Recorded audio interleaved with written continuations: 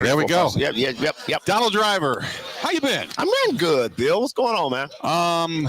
Biggest thing that you miss, whether it's playing, camaraderie in the locker room, dance with the stars. Let's see. Maybe all of them. Oh, we're getting to Haribo. Yeah. Come on now. You know we're gonna throw Haribo out there. We talk about them. I want to see you. I want to see you in that commercial. I just did it. Just fly them through. No. Did you really? Did you just see this? So they just did the commercial with the two football players for the Grammys. Right. So me and MVS, we reacted the same commercial. Is that right? It was awesome. That's awesome. Yeah, it was cool. It was good. I didn't know I could. I haven't seen it yet. You haven't? I haven't seen it. I gotta go online. Listen, as we go through this thing, I'm gonna pull it up. Okay, you pull it up and let me see it. It's probably one of the most hilarious commercials I've ever done. That's awesome. I've done some crazy ones, but you got to see this. Yeah. Okay. Oh, there you go. You know what's killing me is when you look at your jersey, you don't see the colored sleeves right away, and I'm like, what is he doing in the Cowboys jersey? What the hell is going on? That never happened. Yeah, never. It was good. So we just shot that. That's we reacted awesome. to the commercial. I thought it was pretty cool. Me and EVS had a great time doing it, man. But I think it's been an amazing opportunity for us. Haribo has been great. I've been a fan of their gummies for years, and so it's great to see what they're doing now, coming to Wisconsin, building their plant right there. It's massive, and they're just in phase 1. Yeah. So they're going to build it out to phase 3, 4, and 5, and so I'm just glad that I'm a part of it. I want to take you back. Well, let's go back 2010, 2011. You had 2 games you had to win to get in. Yeah. Cullen Jenkins was down. Yep. You guys had a rotation of big bodies up front. You had a bunch of weapons. Yeah. I remember I told the story today. I said, I walked into the locker room. I said, if you guys get there, you're on the road. And you were talking about going on the road and trying to win if you're looking at Philly and. Yeah. And I remember I went to Riot Pickett, and Pickett said, tell him we're going to eat it like candy. The more they boo us, the more they hate us. It's because the better we are. And I never forgot that. Yeah, it's true. And I interviewed you afterwards, and you said he would know. I'll follow him. Yeah.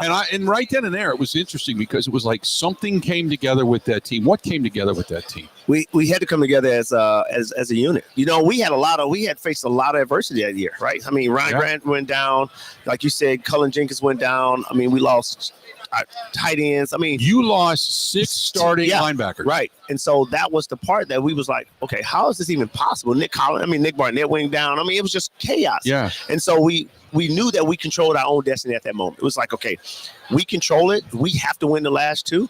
And we knew that we had to do it at home, right? Mm-hmm. And so when the Giants came in, that was the one. It was like they could have ended it, or they could have gave us the opportunity. They came in, and we just dominated, right? I mean, we beat the brakes off them that year, right? And that last game. But then the team that had already won the division was coming into our house, right? And they was like, oh, we're going to end this for you.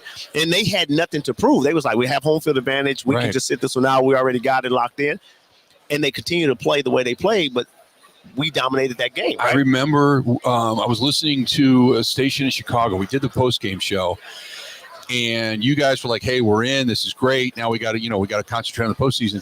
I remember everybody in Chicago was like, it's great. It's got to go through Chicago, the whole thing. Brian Urlacher was the only one said, we just let the Giant wake up. Yeah, he did. I'll never forget that. Yeah, him and Chris Harris. Yes. Chris Harris was like, there's no way possible we're going to let you guys in because if we let you in, we know it's going to be a battle. We'll see you guys at the end of this thing. And so we knew that, right? Yeah. And so They woke up the sleeping giant, and we knew that we just had to take one game at a time. And I think Charles said it better than anyone. We're not gonna chase the future. We're just gonna take one game at a time. Mm-hmm. And we're gonna do this, and we're gonna be one heartbeat.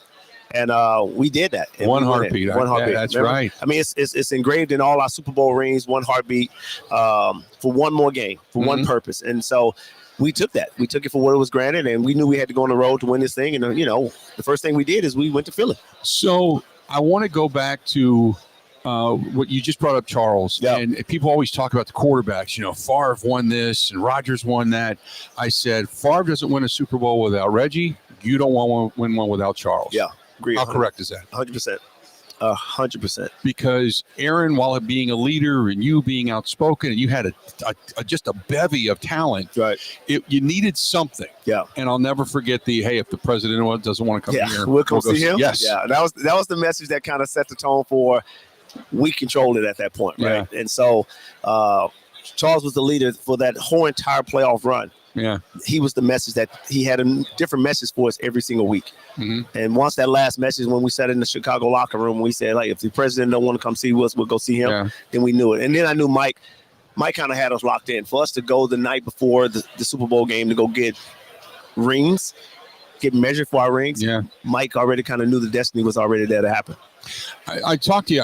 I talked to you, and you gave me a hug and knocked the camera out of my hand during the celebration. Confetti's flying, and between you and Ron Wolf, it was awesome.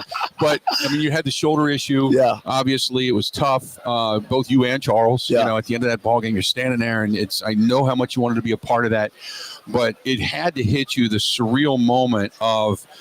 We did everything we could to get us here. The guys took us across the finish line. Yeah. But when you saw it hit 0, what was that like? The greatest moment of my life, right? I think I chased that thing for so many years, so many opportunities. We had so many opportunities to get to where we are today, right? Yeah. And unfortunately, we never got there. And so to be there in that moment, knowing that, and then for me to get hurt right at the end of the second quarter, and then to go in the locker room knowing that I fractured my ankle and it was done and I had to put the boot on. But, Bill, I wasn't coming back out. Mm-hmm. That's how crazy it was. I was not coming back out that locker room because I felt like I couldn't do anything. But it was the leadership role that me and Charles had to do is what we both had to come back out of that and lead our team. And, you know, Jordy had just dropped I came out the tunnel. JJ had just dropped a slant to go to the house. 2 plays later, we go back in the series. Jordy drops a crossing route. Yeah. And now everyone's like, I'm like, well, fellas, what are we doing? Right. What are we doing? Like, let's go back to the basics of what we know how to do. And that's one thing we do know how to do is catch the ball. And it was and it skyrocketed after that. And those guys started making plays that were just remarkable. Greg played lights out. He knew what we kind of just knew what the Steelers was going to do. Mm-hmm. We knew Troy. If we said anything, Troy, if you just flick the ball to the left, Troy was flying, right? Right. And so Greg went over there and was like, listen, pump fake left, I'm going right. And it worked out, and Greg ended up scoring a wide open corner route for the touchdown. And then Nick with the pick and the seal the deal. Yeah. I mean, greatest moments, man. I think we'll always be able to live those down. I get goosebumps every time I see Kevin Green on the sideline. Yeah. You know, God rest his soul. Yeah. How much did he mean to that team? A lot. Because, I mean, he told Clay right before that play happened, he said, Clay, I need you to go make a play. Right.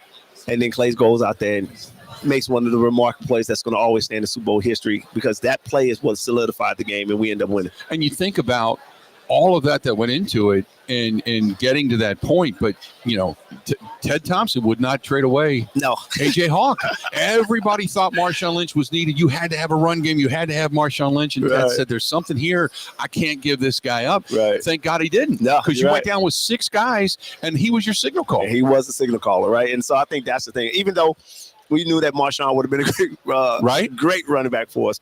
And I remember Marshawn said that, right? Right before play that one thing we was playing in the not even preseason. Yeah. He came in, we played the Buffalo Bills, and he was like, y'all better come get me. Right. Y'all better come get me, right? But I think that's the thing. Like, if we would have made that trade, we would probably wouldn't be talking about a Super Bowl right now. What do you think of when you come through this week? You know, because obviously you're repping Haribo, you're having a lot of fun, you're recognizable. It's a brotherhood, and you get a chance to see everybody again. But you also know the game across the street. You know what it's like to play in that thing. Yeah, it's sometimes I think, you know, we look back, it's surreal because I don't think, you know, there's a lot of guys in this building that have been there, have won, and some have been there and lost, right? Mm-hmm. And so I think we all know what it takes to get there, but then often we know what it takes to win it at the end of the day. And when you don't win it, it's one of the hardest things that you have to live with.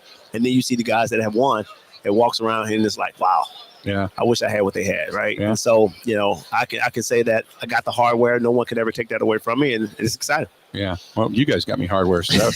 Being a part of that broadcast team at the time, that was nice. Little FedEx package. Right, exactly. That's good stuff.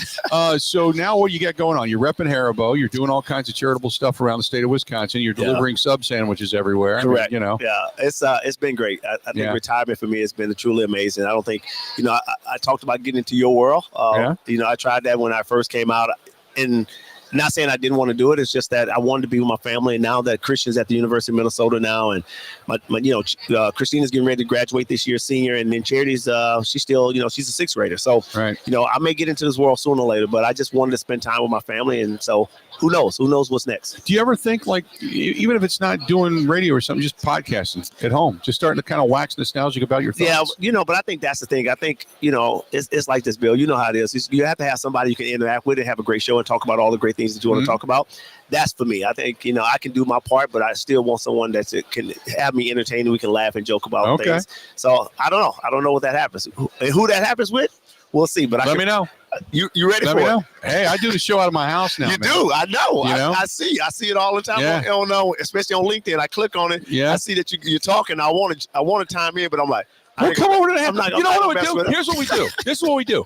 Is I'm going to do a Haribo commercial. Okay. And I'm going to dial up on the air. I'll call in a sub sandwich from Cousins, and I'm going to call for delivery. You show up and deliver it. We'll put it out there. We are pimping everything now. Let's do it. The show, your products, you. Come on. I'm all for it. It'd be fun. There you go. Especially you're at the house, so that's perfect. That's it. I can do it with That's it. We can hang in the house. You can go downstairs. You can hang out for a while, sit and watch a big screen. Yeah, never know. You never know. All right, buddy. I love you like a brother. It's always great to see you, and we'll talk soon. Okay? All right, man. Appreciate it. Thank you. There you go. Ladies and gentlemen, that is Donald Driver.